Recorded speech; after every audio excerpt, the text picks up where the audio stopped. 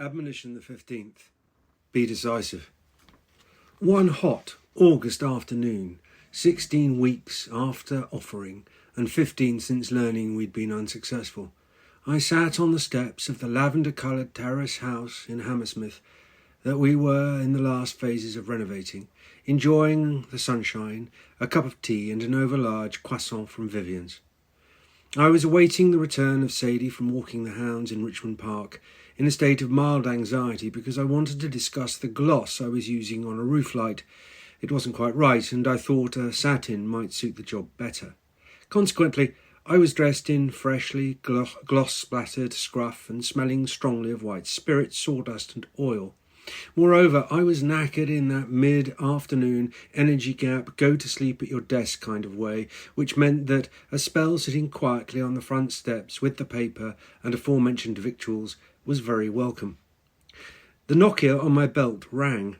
I unclipped it and inspected the caller's number on the grey-scale LCD screen. 0141. Glasgow. Hello, Charles speaking. Hello, Mr. Dixon-Spain. George here, from MacDonald Frobisher's in Glasgow. Ah, George, and how are you? Good.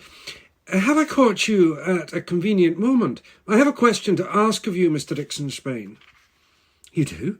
Well, yes, of course. I'm on tea break. Oh, you are? Good.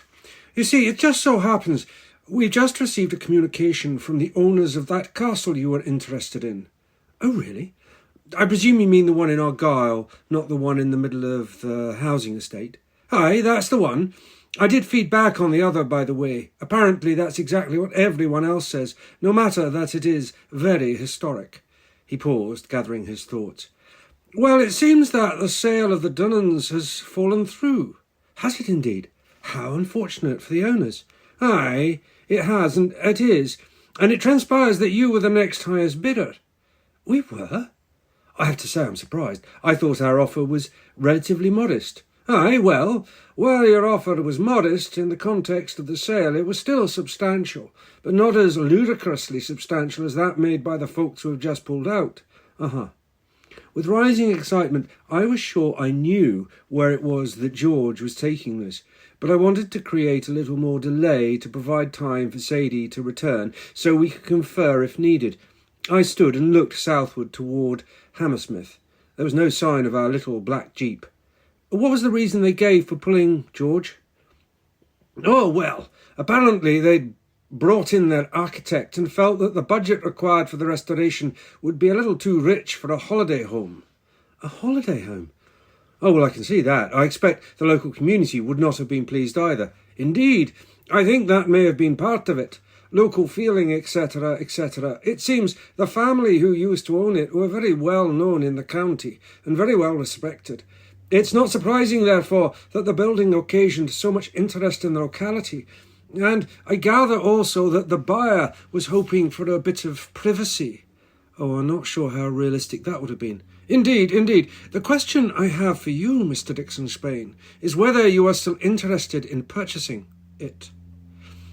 I punched the air, spun around, and did a little jig, there and then on the top stair with my steel-toed boots, for all the world to see, while saying quite calmly, "Well, George, you find me without Sadie by my side, and I'd really like to consult with her." "Ach, indeed, Mr. Dixon-Spain. The thing is, they are really quite anxious to get an answer soon. I am given to understand they are wishing to get your interest confirmed immediately. Otherwise, they will be talking to bidders further down the list."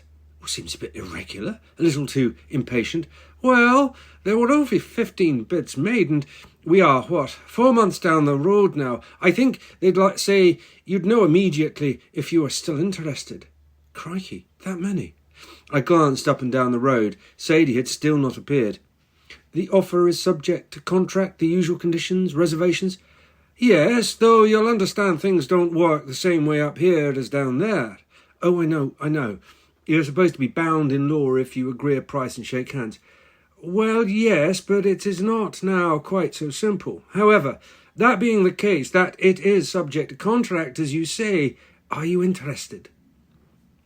Sadie had still not appeared, but then I really did know her answer as much as I knew my own. We are indeed.